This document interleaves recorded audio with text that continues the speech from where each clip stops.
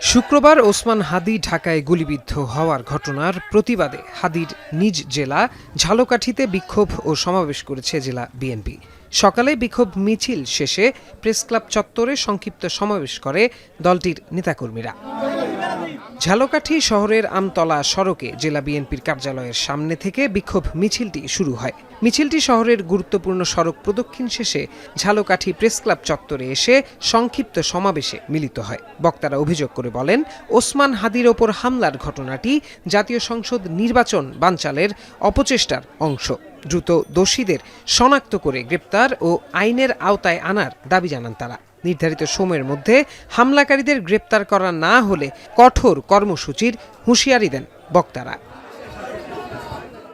হামলার প্রতিবাদে কেন্দ্রীয় কর্মসূচির অংশ হিসেবে বগুড়ায় বিএনপি ও এর অঙ্গ সংগঠনের উদ্যোগে বিক্ষোভ মিছিল অনুষ্ঠিত হয়েছে। এর আগে শহরের নবাববাড়ি সড়কে এক বিক্ষোভ সমাবেশের আয়োজন করে বিএনপির নেতাকর্মীরা। এ সময় বক্তারা ত্রয়োদশ জাতীয় সংসদ নির্বাচন বানচালের অপচেষ্টা হিসেবে এই হামলাকে পূর্ব পরিকল্পিত বলে মন্তব্য করেন। সমাবেশে বিএনপি চেয়ারপারসনের উপদেষ্টা অ্যাডভোকেট মাহবুবুর রহমান বক্তব্য রাখেন। নাটোরে বিক্ষোভ করেছে বিএনপি। সকালে জেলা বিএনপির আয়োজনে আলাইপুর এলাকা থেকে একটি বিক্ষোভ মিছিল বের হয়। বক্তারা বলেন, নির্বাচন বানচাল করার জন্য ফ্যাসিবাদী শক্তি উঠে পড়ে লেগেছে। কোনো অপরিচিত লোককে দলীয় প্রোগ্রামে না আনার পাশাপাশি নেতাকর্মীদের ঐক্যবদ্ধ থাকার আহ্বান জানান বক্তারা।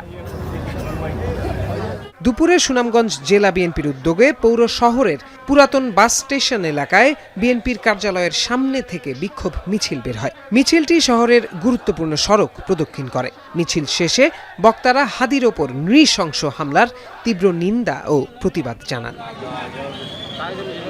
এছাড়াও হাদির ওপর হামলায় সারা দেশে বিক্ষোভ ও সমাবেশ করছে বিএনপি ও এর অঙ্গ সংগঠনের নেতাকর্মীরা। প্রত্যয় দাস, এখন।